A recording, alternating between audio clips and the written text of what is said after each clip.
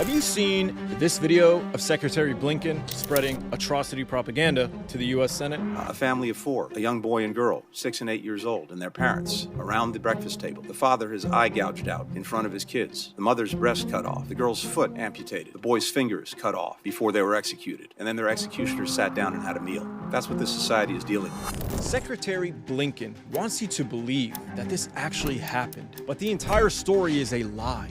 It has been thoroughly debunked. Most, if not all of the atrocity stories coming out are bogus lies. We've seen them get debunked over and over. So it begs the question, where are these lies coming from? Who is behind them? And why do high-level US officials keep repeating them? Well, the answer is likely going to disgust you. You see, there is a sort of race to the bottom taking place right now between competing Israeli disaster relief groups. It's a competition to see who can tell the most disturbing story. Oh, you saw beheaded babies? Well, I saw babies being baked in ovens. Oh, that's nothing. I saw a pregnant mother get raped, baked, then raped again, chopped into pieces, then sold on the black market to the Hezbollah faction of the Mexican cartel.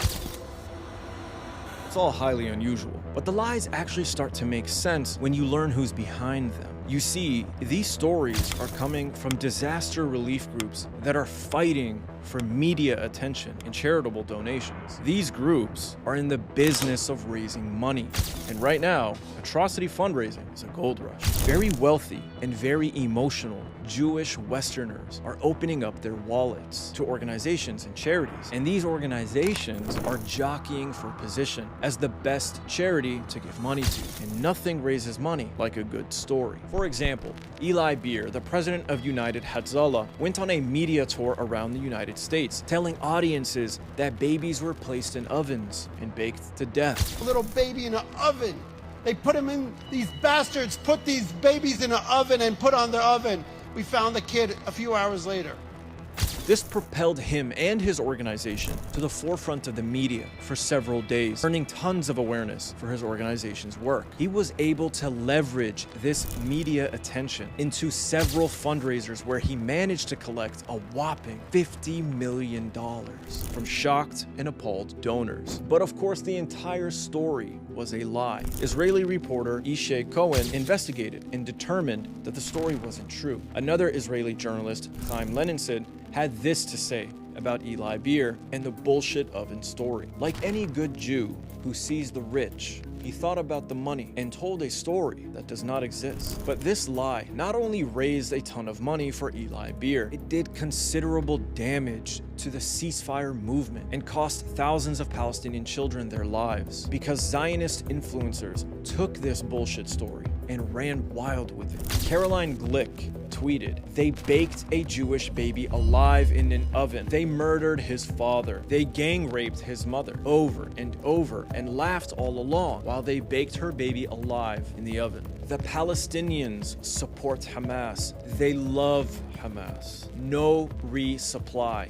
No concessions.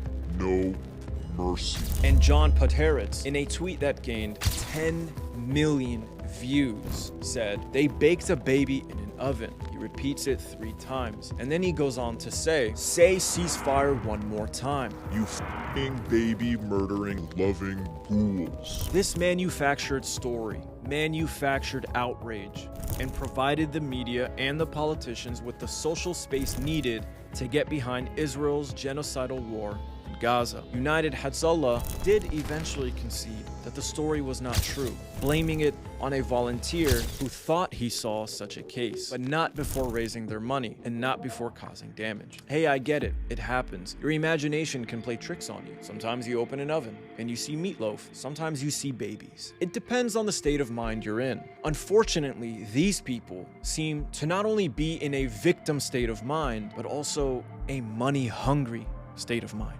because they are imagining a lot of bullshit right now, and they're using it to raise money. And United Hezbollah isn't alone in doing this. They have a competitor in the disaster relief space called 𝗥𝗢𝗡𝗧𝗥𝗢𝗩. And this group, 𝗥𝗢𝗡, is responsible for some of the most obscene atrocity imaginations. These people lied about beheaded babies. They lied about mass rape. They even lied about a fetus being cut out of its mother. And just like United Hezbollah, 𝗥𝗢𝗡𝗧𝗥𝗢𝗩 is hungry for money right now. Their head of operations, 𝗖𝗢𝗡𝗧𝗥𝗢𝗪, has also gone around telling media and donors all sorts of atrocity propaganda lies. Father and mother, hands tied in the back, and on the other side, there's two children, a boy and a girl, hands tied in the back, and they were torched. You can see they were torched. Parents should see how the children are being torched, and the children should see how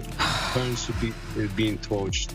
And in the middle, there's a full table of food with those terrorists sitting and eating while torching them. Sound familiar? This is the same story Tony Blinken told the United States Senate. And then their executioners sat down and had a meal. The problem is that it's a complete lie. According to 𝗥𝗔𝗦𝗦𝗧 from the Gray Zone, despite the presence of multiple potential witnesses, independent testimony corroborating Landau's claim has yet to surface. He goes on to point out that there were also no children that matched the age described by 𝗖𝗢𝗡𝗧𝗥𝗢𝗩 in 𝗥𝗔𝗣𝗘. There are no recorded deaths of siblings around the age of 6 to 8 in 𝗣𝗘 on October 7th. Any record of a young child killed is non-existent. So it's clear then that the story is a complete fabrication. So why did Tony Blinken share it with the United States Senate? Well, it's for the same reason they have been sharing all of their atrocity propaganda lies, to provide space and cover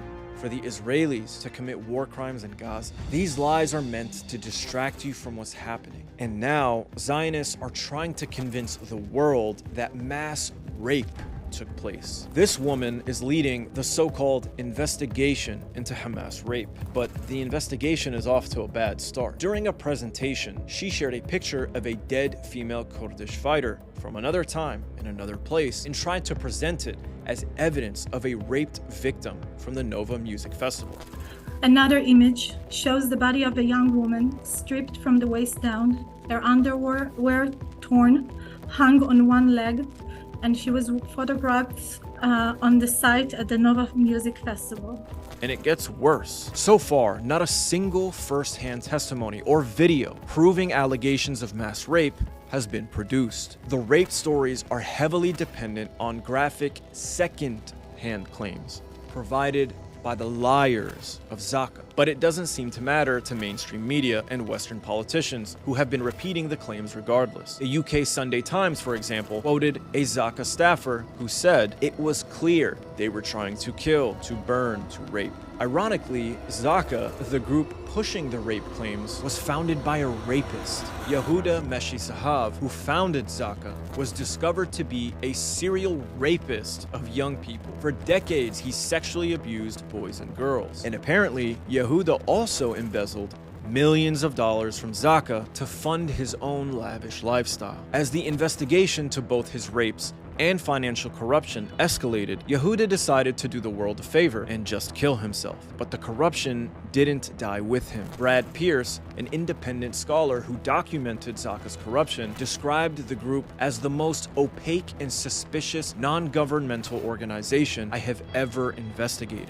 This is the group behind the mass rape claims. It's no wonder the world has questions. For Zaka, for Landau, for everyone. But like many of the Zionists spreading wild atrocity propaganda stories, Landau seems to think that these claims should be accepted without scrutiny or evidence. According to Landau, those who have questions about his stories should be killed. This person is clearly insane, yet mainstream media and politicians keep repeating his lies. For example, Landau lied about personally seeing children and babies beheaded at Kfar Aza. An Israeli spokesperson then took his fake story and declared a senior official in the Israeli coronary service has confirmed the allegation of beheaded babies. This made its way to CNN, where Sarah Sidner amplified the lie, eventually culminating in the press conference with Joe Biden sharing it with the American people. It's like a sick game of telephone, except the end result isn't just an inaccurate message. It's donation money for Zaka and genocide for Gaza. Of course, both Sarah Sidner and Joe Biden retracted their claims about beheaded babies. There are many atrocity propaganda lies to expose, and one day we will go through them one by one. For now, you should understand that these disaster relief organizations are inventing, spinning, or exaggerating stories in order to raise obscene amounts of money, whether it's online via their website or in person at various events, for their corrupt and shady disaster relief organizations. And these lies are unfortunately amplified by Western media and politicians, which of course prolongs the genocidal war of retribution currently taking place in Gaza. If you would like to read more about this in detail, please click the link in either the comment section or the description of this video. I want to make clear that I'm not the one investigating these claims. That important work is being done by the Gray Zone, Electronic Intifada, and Mondoweiss, and many others. Please take it upon yourselves to follow them on Twitter, read their work, and support their work. Follow for more.